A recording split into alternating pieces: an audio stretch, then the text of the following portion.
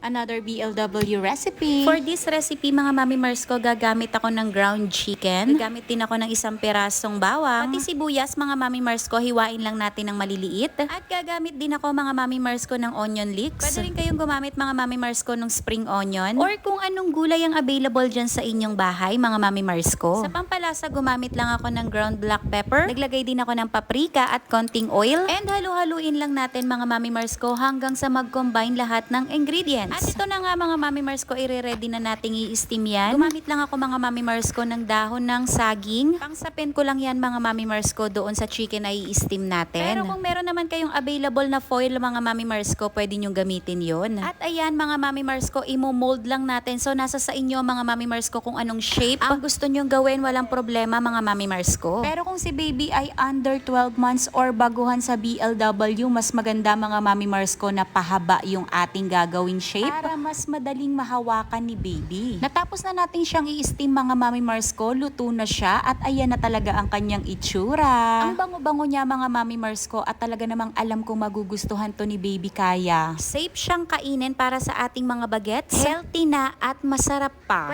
Pwede rin natin tong ipangbaon, mga Mami Mars ko, sa ating mga preschooler. Kung lulutuin naman natin to, mga Mami Mars ko, pwede na natin siyang iserve ng ganun lang. Steam lang kung baga. Or kahit na na-steam na siya, pwede pa natin yang i-pan fry. Or pwede mo rin yang ilagay sa soup ni baby. Anyway, mga Mami Mars ko, sa very cute na silicone plate ni baby Kaya, naglagay lang ako ng steam rice.